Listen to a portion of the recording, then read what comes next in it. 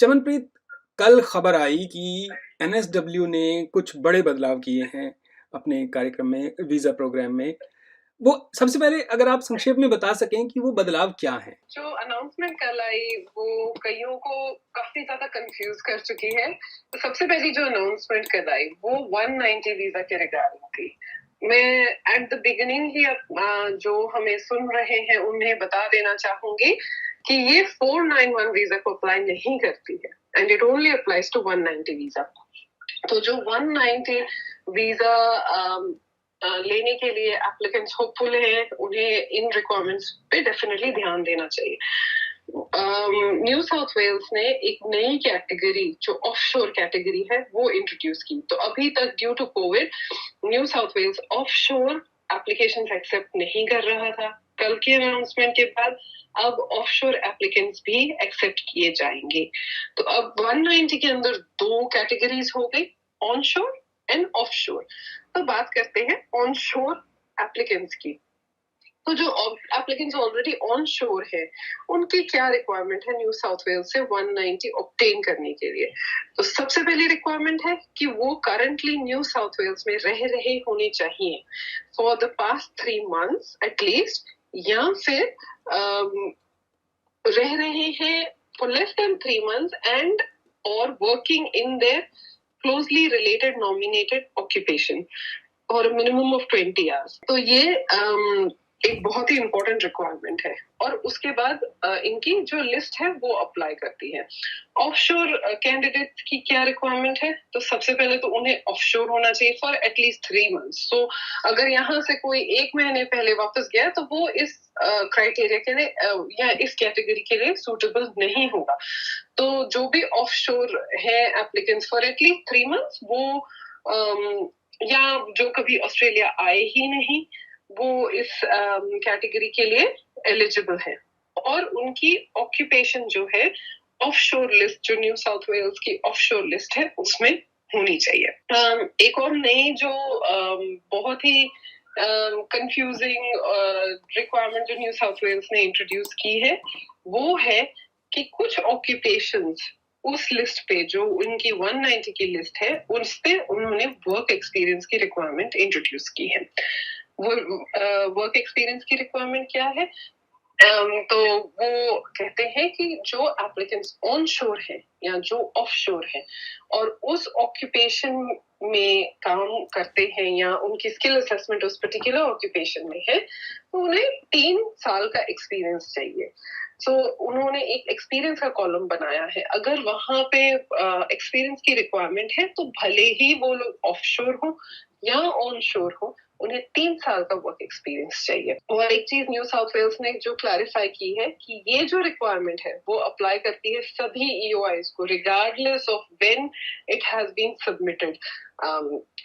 कल जब अनाउंसमेंट आई उसके पहले जो ईओआईज सबमिट की गई है उन पे भी ये रिक्वायरमेंट अप्लाई करती है। ये कन्फ्यूजन बहुत सारे लोगों को हो गया है कि हम 1 साल पहले, 2 साल पहले मूव हुए एनएसडब्ल्यू में इसलिए कि यहाँ वर्क एक्सपीरियंस की कोई रिक्वायरमेंट नहीं थी और अब ये रिक्वायरमेंट ऐड कर दी गई है तो हमारा टाइम वेस्ट हो गया, यहाँ मूव होना वेस्ट हो गया।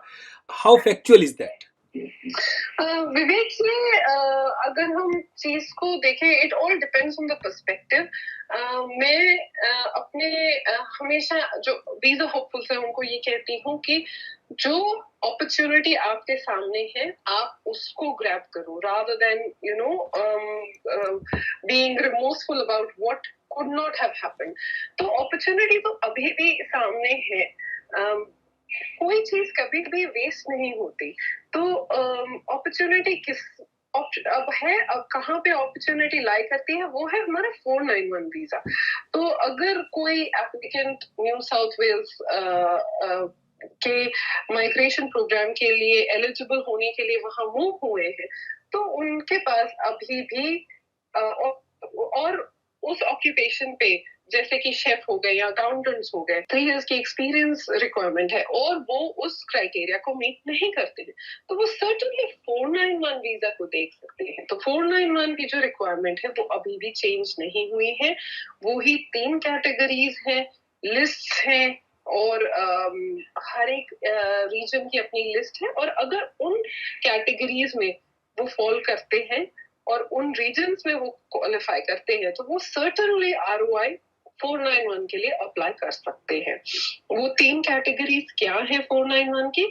सबसे पहली कैटेगरी जो सबसे प्रेफर्ड कैटेगरी है वो है living and working in a closely related occupation in regional New South Wales. तो जो एक पर्टिकुलर एरिया में अगर अकाउंटेंट्स की जरूरत है, उस ऑक्यूपेशन लिस्ट पे है, तो अगर कोई उस एरिया में ऑलरेडी रह रहा है और काम कर रहा है एज एन अकाउंटेंट, रिक्वायरमेंट है 12 महीने की, 20 आवर्स पर वीक की, अगर आप वो क्राइटेरियाज को फुलफिल कर रहे हैं तो मोस्ट सर्टेनली आप वहां से 491 के लिए एलिजिबल है।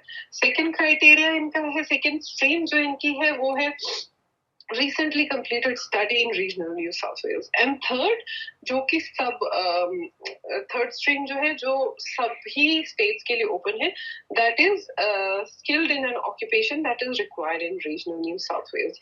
Allocations क्या होंगी वो कहना बहुत ही मुश्किल है, however 491 अभी भी ओपन है।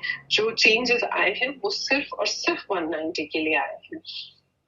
तो अगर जो हमें सुन रहे हैं, मैं उनके साथ डिस्कशन जब हम कर रहे हैं तो कुछ पॉपुलर ऑक्यूपेशंस के बारे भी कमेंट करना चाहूंगी जो 190 में जिनके लिए एक्सपीरियंस इंट्रोड्यूस हुआ है, वो ऑन शोर category with experience requirements. Abhi at the moment some popular occupations are accountants, auditors, business and system analysts, software and application programmers, ICT security specialist, computer network programmers, testing engineers, chefs हो गए, cooks हो गए।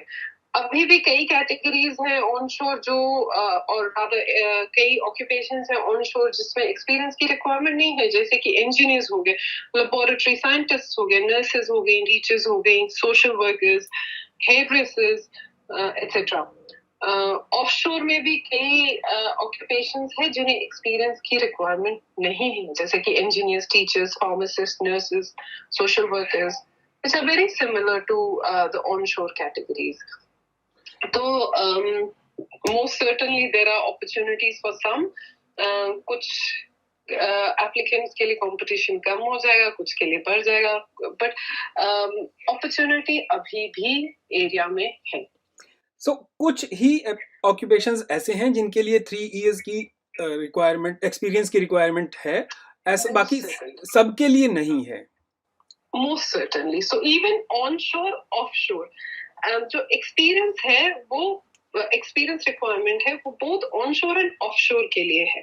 तो जिस जो new South Wales की 190 की list है, अगर उसमें एक्सपीरियंस में टिक है, भले ही आप ऑनशोर हो या ऑफशोर हो, तो उस कैटेगरी में आपको एक्सपीरियंस चाहिए। The only difference is offshore से आप तभी अप्लाई कर सकते हैं जब ऑफशोर वाली कैटेगरी में भी टिक हो। तो अगर आप ऑफशोर है तो ऑफशोर कैटेगरी में भी टिक होना चाहिए, और अगर एक्सपीरियंस में टिक है तो मतलब आपको एक्सपीरियंस चाहिए, अगर एक्सपीरियंस में टिक नहीं है तो मतलब आपको एक्सपीरियंस नहीं चाहिए।